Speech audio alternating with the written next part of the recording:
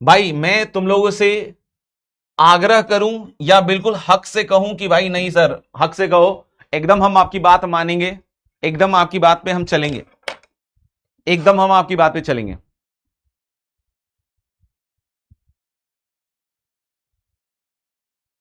बोलो, बिल्कुल मानोगे मेरी बात, है ना?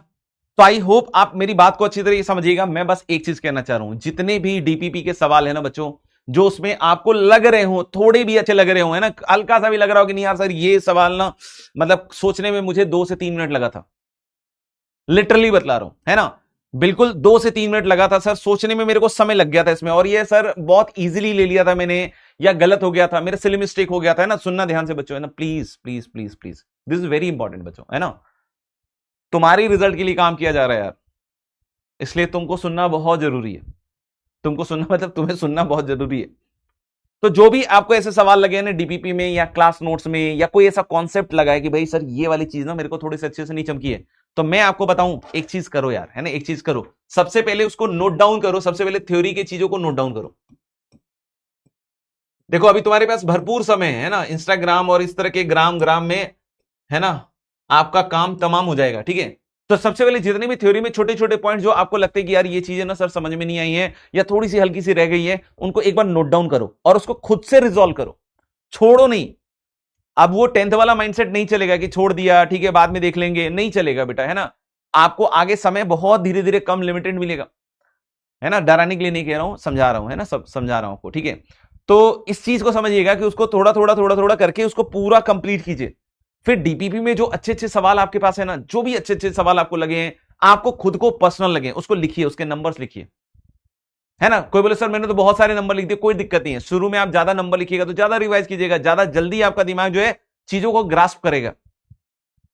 आपको इस कंपटीशन में बाकियों से बेहतर होना है। कोई बोले सर हमें बहुत बेहतर होना है, ठीक है, बहुत अच्छी बात है, बाकियों से बेहतर कैसे हो सकते हो, अपने आप को और बेहतर करके। तो आप डीपीपीज वाले क्वेश्चंस को ना अच्छी तरीके से लिखिए और उसको दोबारे तिबारे कीजिए, है ना। और एक बार जब ये चीजें सेट हो जाएंगी ना, तो मुझे लगता है कि आप बहुत बेहतर कर पाइएगा।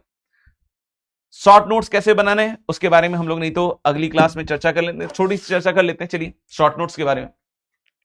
शॉर्ट नोट्स के लिए हम लोग एक सिंपल सा काम करेंगे, एक A4 साइज पेपर ले लीजिएगा, है ना, ये लूज पेपर हो सकता है, कोई दिक्कत की बात नहीं है, A4 साइज पेपर लीजिएगा, this can be a loose paper, but इसको ध्यान रखिएगा, इसका अरेंजमेंट यानी कि इसका सॉरी ऑर्गेनाइजेशन अच्छे से कीजिएगा, ठीक है, क्योंकि हर एक का बनता जाएगा। A4 साइज, है ना। शॉर्ट नोट्स कब बनाना है, पहला सवाल तो ये आता सर, तब शॉर्ट नोट्स तब बनाना है आपको जब जब आपका चैप्टर ओवर हो जाए और आपने अच्छी खासी प्रैक्टिस कर ली हो, डीपीपीज वगैरह सारे निपटा दिए हो, क्लास व्लास के सारे क्वेश्चन कर लिए हो, और मैं तो ये कहूंगा कि टेस्ट एक बार हो जाए थोड़ा सा तो ज्यादा बेहतर है, ठीक है।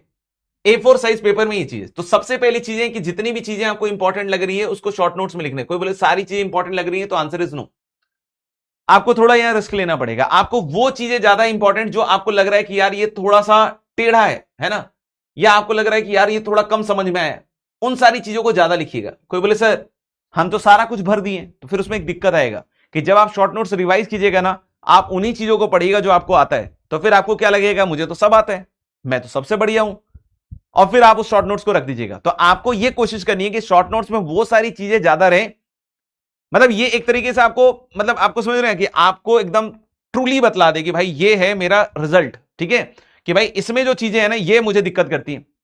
तो शॉर्ट नोट्स में उन सारी चीजों को आपको लिखना है, और फिर आपको थोड़े थोड़े टाइम पे उसको थोड़ा चेंज भी करते रहना है। जैसे मान लीजिए आपने टेस्ट दिया, कभी डीपीपी का टेस्ट दिया, या कभी कुछ ऐसा दिया कि कोई सवाल ऐसी चीज आ गई जो आप भूल गए थे या गलत कर दिया, तो फिर आपको उसमें फिर से उसको इंट्रोड्यूस करना है, फिर से लिखना है कि ये चीज यहां गलत हुई है मेरे से, ठीक है। इसमें जो इंपॉर्टेंट क्वेश्चंस हैं उसके नंबर लिख लीजिए,